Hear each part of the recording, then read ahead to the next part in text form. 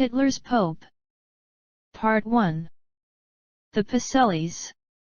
Eugenio Pacelli was described routinely, during his pontificate and after his death, as a member of the black nobility.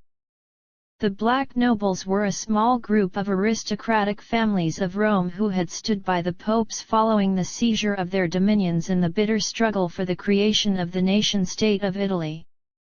The Pacellis, intensely loyal as they were to the papacy, were hardly aristocrats.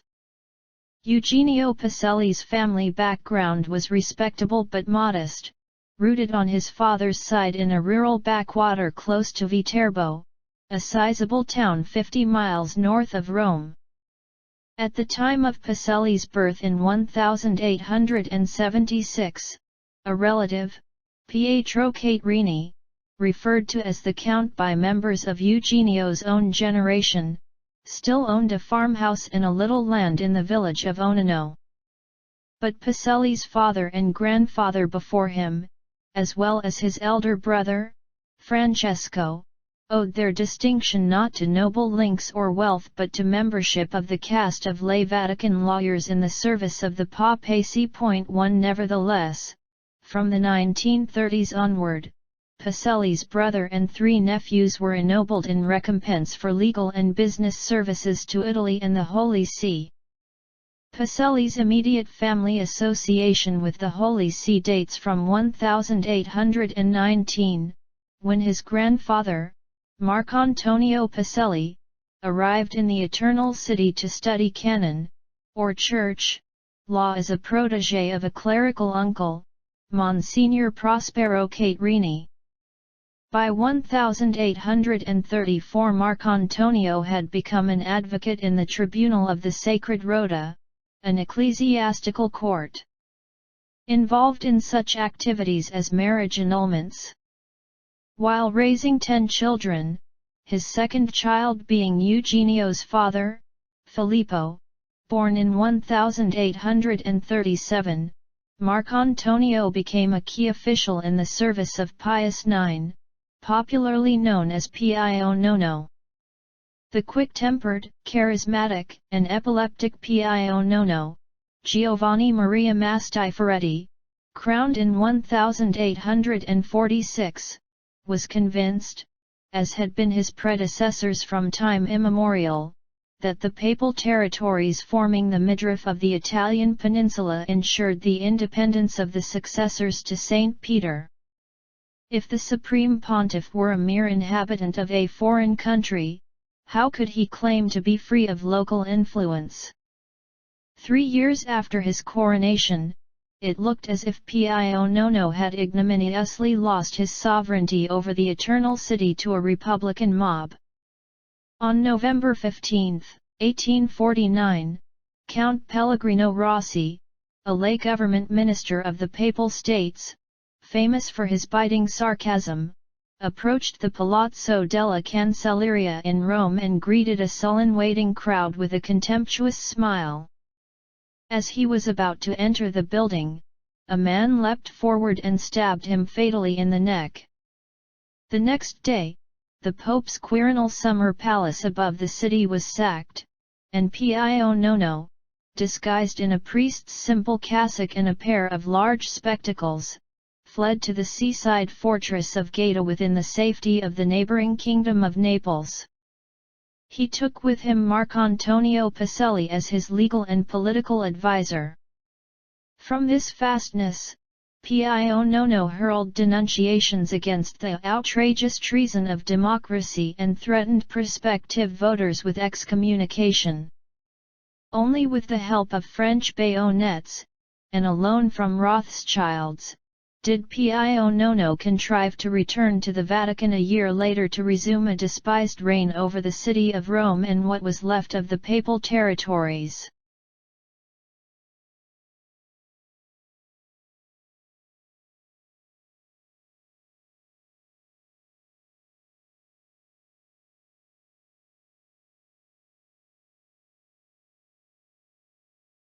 Given the reactionary tendencies of Pio Nono, at least from this period onward, we can assume that Marcantonio Pacelli shared his Pontiff's repudiation of liberalism and democracy.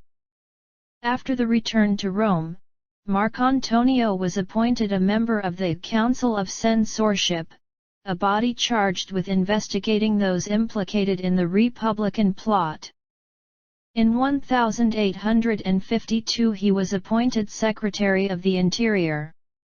The papal regime during this final phase of its existence was not beneficent. Writing to William Gladstone that same year, an English traveller characterized Rome as a prison house. There is not a breath of liberty, not a hope of tranquil life, 2 foreign armies, a permanent state of siege. Atrocious acts of revenge, factions raging, universal discontent, such is the papal government of the present day too.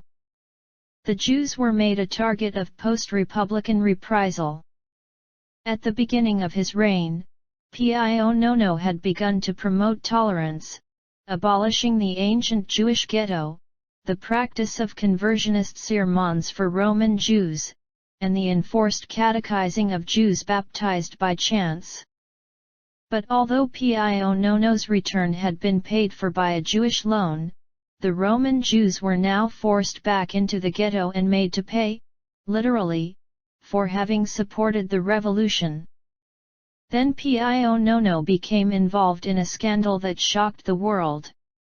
In 1858, a 6-year-old Jewish child, Edgardo Mortera, was kidnapped by papal police in Bologna on the pretext that he had been baptized in extremis by a servant girl 6 years earlier. 3 Placed in the reopened house of catechumens, the child was forcibly instructed in the Catholic faith.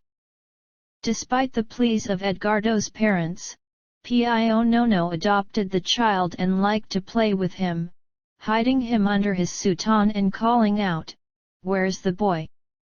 The world was outraged. No less than 20 editorials on the subject were published in the New York Times, and both Emperor Franz Joseph of Austria and Napoleon III of France begged the Pope to return the child to his rightful parents, all in vain. Pio Nono kept Edgardo cloistered in a monastery, where he was eventually ordained as a priest. The juggernaut of Italian nationalism, however, was unstoppable, and Marcantonio Pacelli, close to his pope, was present at events of great consequence for the modern papacy. By 1860 the new Italian state under the leadership of the Piedmontese king, Vittorio Emanuele II, had seized nearly all the papal dominions. In his notorious Syllabus of Errors, 1864, Pio Nono denounced 80 modern propositions, including socialism, Freemasonry, and rationalism. In the 80th proposition, a cover-all denunciation, he declared it a grave error to assert that the Roman Pontiff can and should reconcile himself with progress, liberalism, and modern civilization. Pio Nono had erected about himself the protective battlements of God's citadel. Within, he raised the standard of the Catholic faith, based on the Word of God as endorsed by himself, the Supreme Pontiff, Christ's Vicar upon earth. Outside were the standards of the Antichrist, man-centered ideologies that had been sowing error ever since the French Revolution. And the poisonous fruit, he declared, had even affected the Church itself, movements seeking to reduce the power of the popes by urging national churches independent of Rome.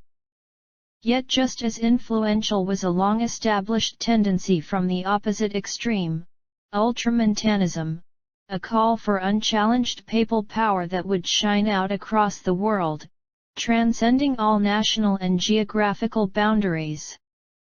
Pio Nono now began to prepare for the dogmatic declaration of just such an awe-inspiring primacy. The world would know how supreme he was by a dogma, a fiat, to be held by all under pain of excommunication. The setting for the deliberations that preceded the proclamation was a great council of the Church, a meeting of all the bishops under the presidency of the Pope. The First Vatican Council was convened by Pio IX late in 1869 and lasted until October 20 of the following year. At the outset, only half of the bishops attending the council were disposed to support a dogma of papal infallibility. But Pius IX and his close supporters went to work on them. When Cardinal Guido of Bologna protested that only the assembled bishops of the Church could claim to be witnesses to the tradition of doctrine, Pio IX replied, "Witnesses of tradition. I am the tradition for." The historic decree of papal infallibility passed on July 18, 1870, by 433 bishops, with only 2 against, reads as follows. The Roman Pontiff, when he speaks ex cathedra, that is, when, exercising the office of pastor and teacher of all Christians, he defines a doctrine concerning faith and morals to be held by the whole Church, through the divine assistance promised to him in St. Peter, is possessed of that infallibility with which the divine Redeemer wished his Church to be endowed, and therefore such definitions of the Roman Pontiff are irreformable of themselves, and not from the consent of the Church. 5.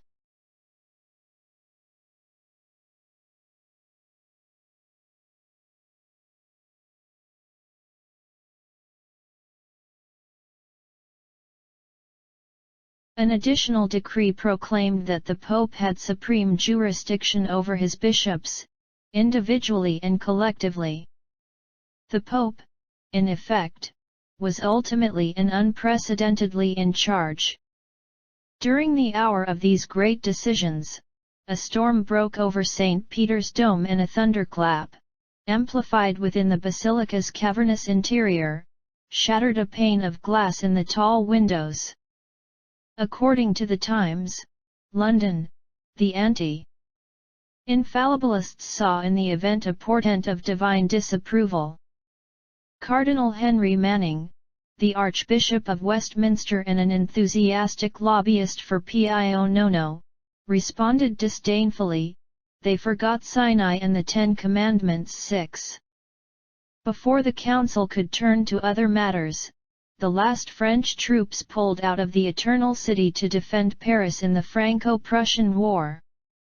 In came the soldiers of the Italian state, and Rome was lost to the papacy, this time forever.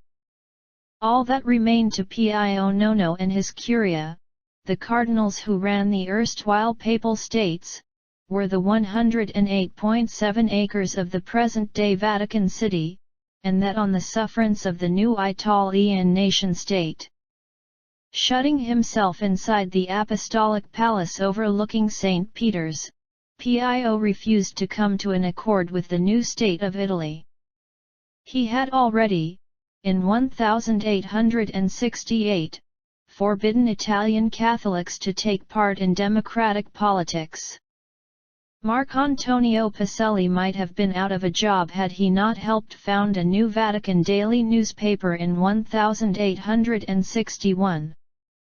El Osservatore Romano became the moral and political voice of the Vatican, and the paper, now published in 7 languages, thrives to this day. Meanwhile, following in Marcantonio's footsteps, Eugenio's father, Filippo, had also trained as a canon lawyer and was similarly appointed to the Tribunal of the Sacred Rota, eventually becoming Dean of the Consistorial Advocates, lawyers to the Holy See. Pacelli's parents were married in 1871. His mother, Virginia Graziosi, was a Roman and, as the phrase went, a pious daughter of the Church. She was one of 13 brothers and sisters. 2 of her brothers became priests and 2 sisters took the veil. Filippo Pacelli performed pastoral work in the parishes of Rome, distributing spiritual reading matter to the poor. He is chiefly remembered for his attachment to a book entitled Massime Eterne, Eternal Principles, a meditation on death by Alfonso Liguori, the 18th-century Catholic moralist and saint. Filippo handed out many hundreds of copies throughout Rome, and each year led a procession to a Roman cemetery, where the pilgrims under his guidance pondered their inevitable destiny. The remuneration of Vatican lay lawyers was meager, and the Pacellis were not prosperous. After 1870, there is an impression of family hardship. In later years Pacelli recollected that there was no heating in the family apartment, even in the depths of winter, save for a small brazier, around which the family members warmed their hands.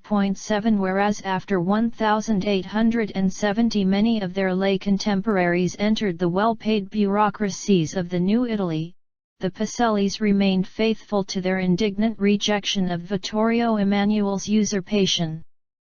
It was the practice of the loyal papal bourgeoisie to wear one glove, to place a chair facing the wall in the principal room, to keep the shutters permanently closed, and to maintain the palazzo door half shut, in token of the Pope's confiscated patrimony.